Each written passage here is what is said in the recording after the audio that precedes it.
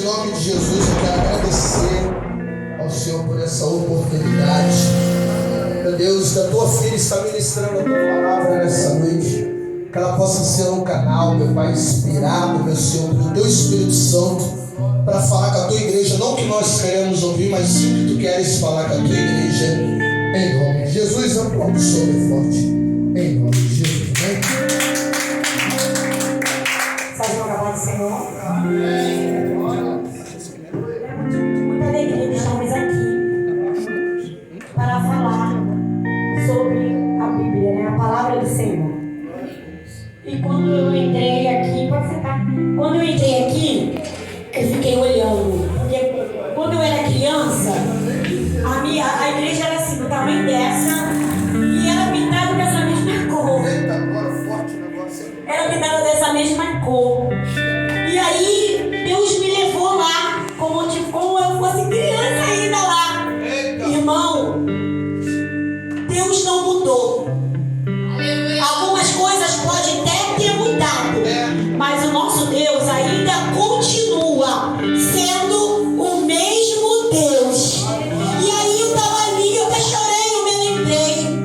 Antigamente, irmão, quando a gente ia para a consagração, irmão, nós orava, nós sem oração e palavra, ninguém fica de pé. E aí eu me lembrei, uma certa vez, nós fomos para a consagração no sábado, e nós crianças, eu tinha uns 7 anos, mas sendo que a gente tinha que orar. Criança orava naquela época, se importava com isso, de criar criança mesmo no caminho do Senhor. E ali Deus me fez me lembrar, nós ajoelhados. E eu me lembrei, irmão, nós perdemos o tempo. Quando nós foi ver, a água já estava subindo. Deu enchente na igreja. Mas tu pensa que os crentes sentiram? Não sentiu não, sabe por quê? Porque a presença de Deus era tremendo naquele lugar. Mas Deus ainda é o mesmo. O que Ele fez no passado, Ele faz hoje. Basta cada um de nós dar lugar ao seu espírito. Porque se nós der lugar, Deus vai fazer coisas extraordinárias através de nós. Vamos ler Ezequiel, né? Que é a mensagem. Eu amei essa mensagem. E falar dessa palavra no tempo de hoje. Em muitas igrejas tem que ser verdadeiramente profeta de Deus. Porque muitos não vão aceitar. Porque muitos estão mortos e querem continuar mortos. Meu Deus! Não querem reviver. Porque a única coisa que faz nós reviver é a palavra. Glória a Jesus! E os crentes de hoje não querem ser confrontados com a palavra. Quando a palavra vem e confronta, não vou mais naquela igreja. Irmão, não tem como ter mudança de vida se não formos confrontados com a palavra. E vamos ler Ezequiel 37. E veio a mim a palavra do Senhor, e o Senhor me enviou em espírito, e me pôs no meio de um vale seco, que estava cheio de ossos, e me fez andar ao redor dele, e eis que era muito numeroso sobre a face do vale, e estavam sequíssimos. E me disse: filho do homem, poderão reviver esses ossos? E eu disse: Senhor, tu sabes. Então me disse: profetiza sobre esses ossos, e diz aos nossos filhos: ouve a palavra do Senhor. Assim diz o Senhor Jeová a estes ossos: eis que farei entrar em vós o Espírito, e vivereis, e porei nervo sobre vocês, e farei crescer carne sobre vós, e sobre vós entenderei pele, e porei em vós o Espírito, e vivereis, e sabereis que eu sou o Senhor. Meu Deus! Glória a Deus! Eu estava estudando, né, sobre isso. Irmão, como é que pode Deus chamar um profeta em tempos difíceis? Porque naquele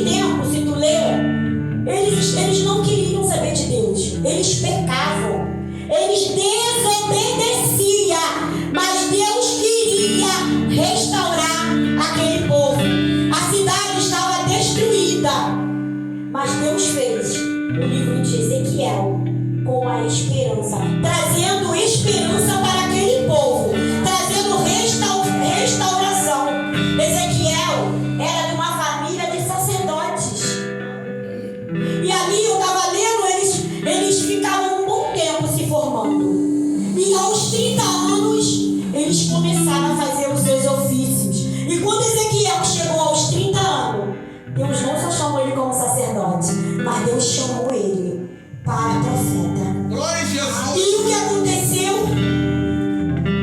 Ezequiel, ele foi tirado de onde ele morava e trouxeram ele para a Babilônia no exílio. E ali, irmão, eu lendo, ele, quando chegou o tempo, a sua esposa morreu.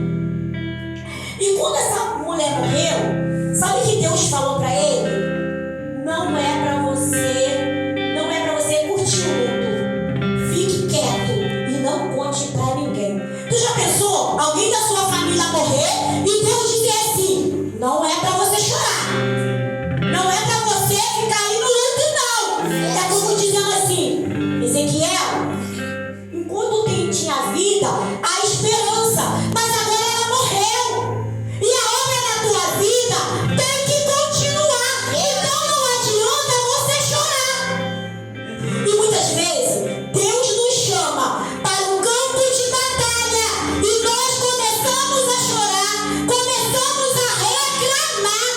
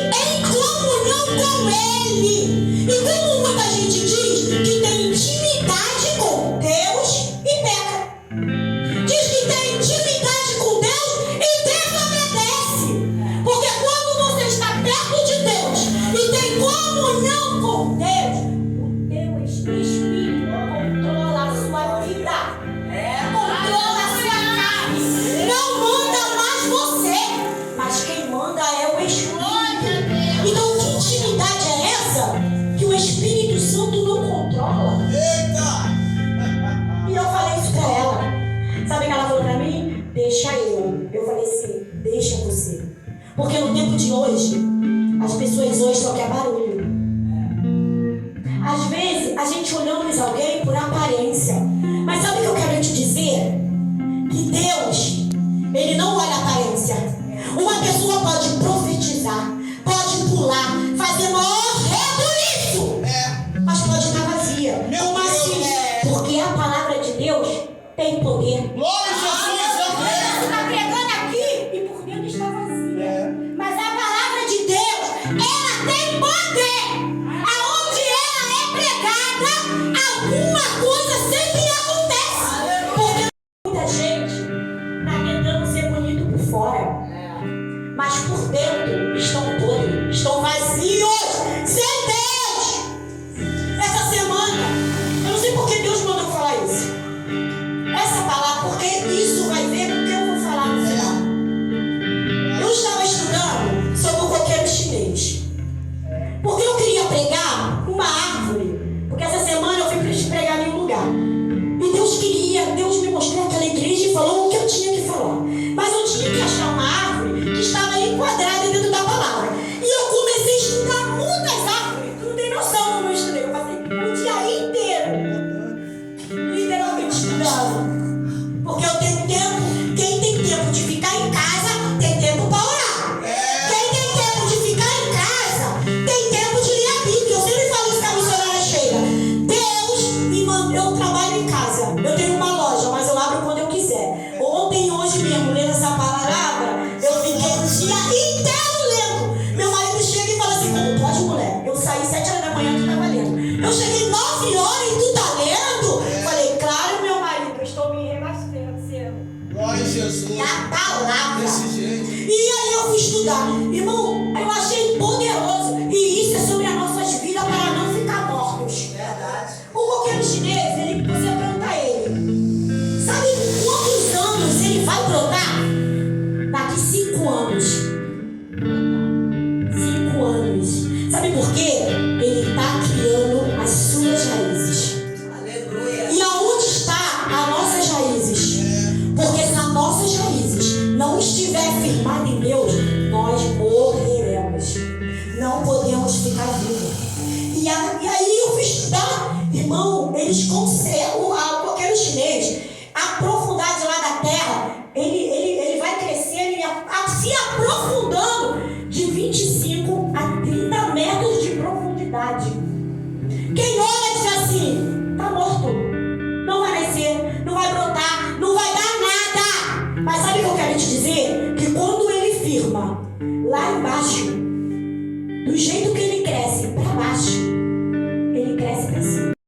Mas quando ele brota, é uma força que não tem vento, não tem circunstância, não tem prova que derrube ele, porque ele está firmado.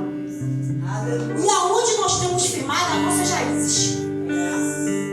Deus tem nos chamado para uma grande responsabilidade, para não morrer. Porque muitos têm morrido na igreja e têm botado a culpa em outros. No dia do arrebatamento da igreja, você não vai poder reclamar que não foi por causa do pastor. Você não vai poder reclamar que não foi para a igreja por causa da irmã. Porque naquele dia ele vai te dizer: a tua responsabilidade era comigo. Então Deus está nos chamando para uma grande responsabilidade, principalmente nos dias de hoje, que as pessoas querem viver na mentira, na falsidade, vivendo da sua própria maneira. Ser crente de verdade, de falar assim: eu vou pregar, haja o que houver. Então o profeta não escolhe aonde vai, o profeta não escolhe. Tu tá aqui hoje, mas Deus pode te levar para um lugar amanhã. Porque a obra de Deus não fica parada, irmão. Quando nós começamos a se movimentar e agir, Deus faz coisas grandes. Eu creio. Deus faz coisas maravilhosas.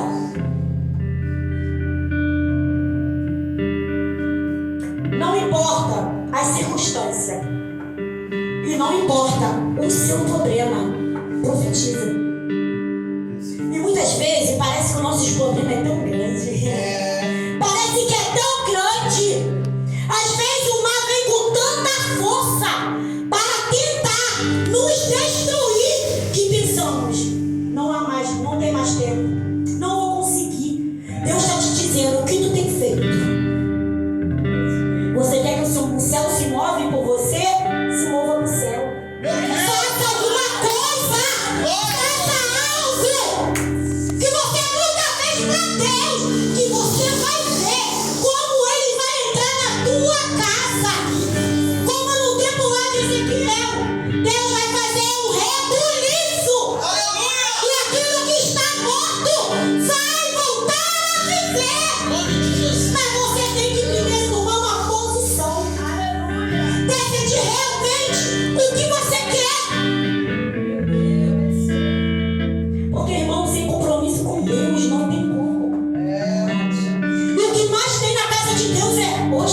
tua mãe. Eu queria saber o que tem nos cultos de quarta-feira, de segunda, de semana.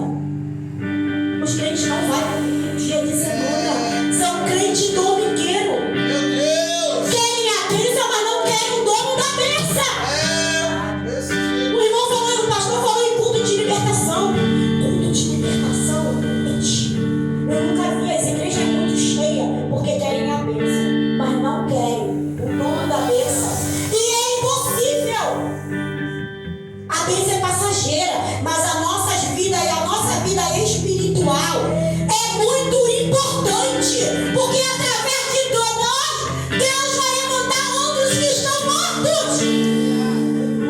Precisamos estar vivos para ressuscitar outras vidas que estão neste mundo mortos. Então nós temos que orar, irmão. Crente que não ora, crente que não lê a Bíblia, não consegue ficar vivo. É a palavra que nos deixa vivo. É a oração que nos faz ter comunhão com Deus. Porque a gente, por exemplo, marido e mulher na conversa, não está junto. Irmão, tem que ter tempo. E muitas vezes não temos esse tempo para Deus. E queremos que Deus tenha que ter tempo para nós. Dependente, necessitados de Deus. Glória a Deus. Não fuja. Enfrente o vale, o seu problema de frentes. Sabe o que significa isso? Primeiro eu vou falar espiritualmente. Temos que aceitar e ver se nós não estamos mortos. Porque Deus não trabalha com aparência. Meu Deus! A única maneira de você ser cheio é você reconhecer que você está vazio. Meu Deus!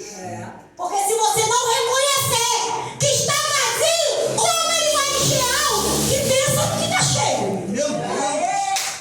Isso é forte, isso aí. Precisamos confessar. Eu estou vazia. Glória a Jesus! Precisamos. Deus, eu entrei aqui, tu sabe. Eu entrei vazia, triste, pensando em desistir. Mas o Senhor está aqui. Da maneira que eu entrei. Glória! Eu entrego nessa noite a minha vida. Enche a minha vida. Quando você reconhece, Deus ele vai encher a tua vida, não tem como. Glória a Deus! Deus se alegra de quem fala assim: eu sou isso, Senhor. Irmão, com Deus não tem máscara. Com o homem tem. Com Deus, todas as nossas máscaras caem por terra. Porque Ele te conhece lá desde o ventre da sua mão. Quando você era uma coisinha pequenininha, Ele já tinha formado algo na tua vida. Ele já tinha te chamado para uma grande obra. Então nós precisamos acordar para fazer a obra de Deus verdadeiramente, com amor, com responsabilidade, com compromisso, porque muitos não querem compromisso. Muitos não querem responsabilidade. E não é com o homem, é com Deus.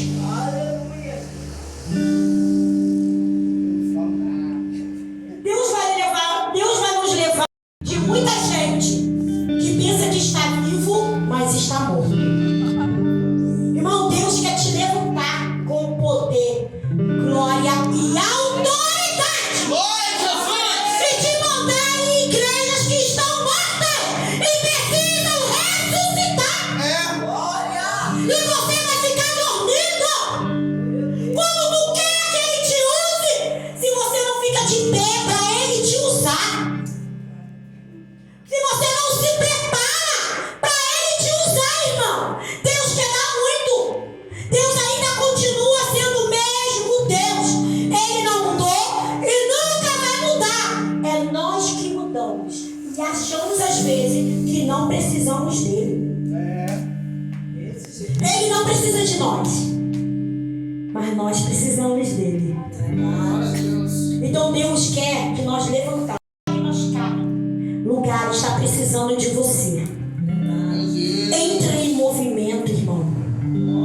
Entra porque Deus quer te usar. Deus quer te levar em lugares que você nunca imaginou de ir. Porque o nosso Deus, irmão, Tem Meu poder. Deus. Se ele falar que vai te levar nos Estados Unidos, ele vai te levar. Deixa-me aqui. Se ele te falar que vai te levar lá no Havaí, ele vai. Aí tu vai dizer como?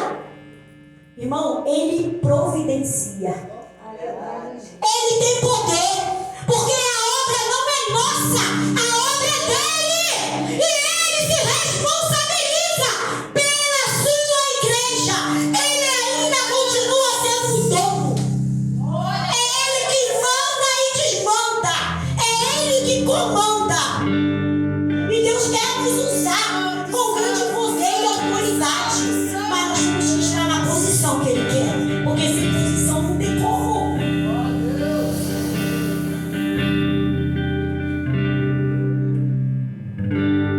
Creia nessa noite que Deus pode mudar a sua casa. Assim como Deus fez com aqueles ossos secos. Ele foi lá e soprou o seu espírito. Deus nessa noite vai soprar o espírito na sua casa. Deus vai soprar lá na sua família.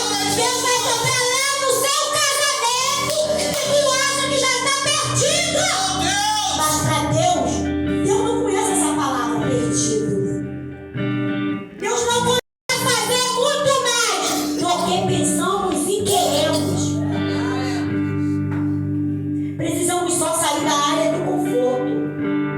Irmão, Deus colocou em nossa boca poder, autoridade para mudar a realidade das nossas vidas. Não temos que ficar parados reclamando, porque reclamar não vai mudar o quadro. Não vai reviver o que está morto. Desse jeito. Nós temos que profetizar. Começa a profetizar na vida do seu marido. Começa a profetizar na vida do seu filho.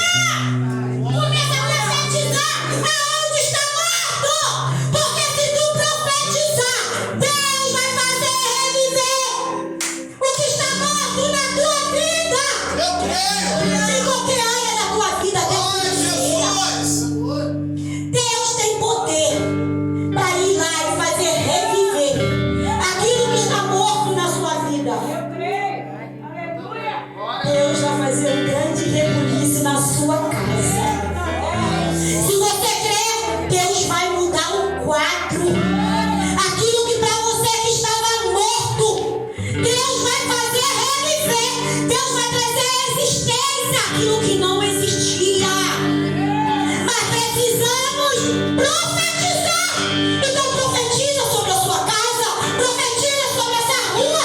Senhor, traga alma. Senhor, que está morto. Temos que profetizar, irmão. Porque Deus nos deu poder, ousadia, autoridade. Através de nós profetizar, Deus vai mudar situações. E o que parecia impossível para você, para Deus, vai ser possível. E eu quero terminar falando algo. A minha filha, ela teve 30 anos. Na época ela tinha 25.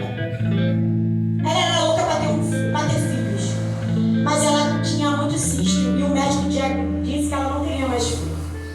Mas eu quero te dizer que quando Deus fala, se cumpre. E o que aconteceu? A minha filha ficou grávida. Minha filha não sabia que estava grávida. A médica falou que ela tinha que tirar o cisto, tinha que passar por uma operação. A minha filha foi e fez a operação. E o que aconteceu? Depois que ela operou, estava passando uns dias. Passou 20 dias, a gente foi lá para ver como é que estava, né? Aí bateu ultrassonografia. Quando bateu a ultrassonografia, viu que a minha filha estava grávida. Aí a doutora olhou para minha filha, olhou para mim assim e ficou assim muito espantada. E falou assim para minha filha: como pode tu estar grávida e não aconteceu nada com o neném? Porque você fez a operação a laser, essa criança não podia viver. Aí ela olhou para a médica e falou assim para a médica: eu creio num Deus que quando Ele promete, Ele cumpre. E nisso, o que aconteceu? A minha filha pegou e foi. E Deus falou para ela: olha, essa criança é filha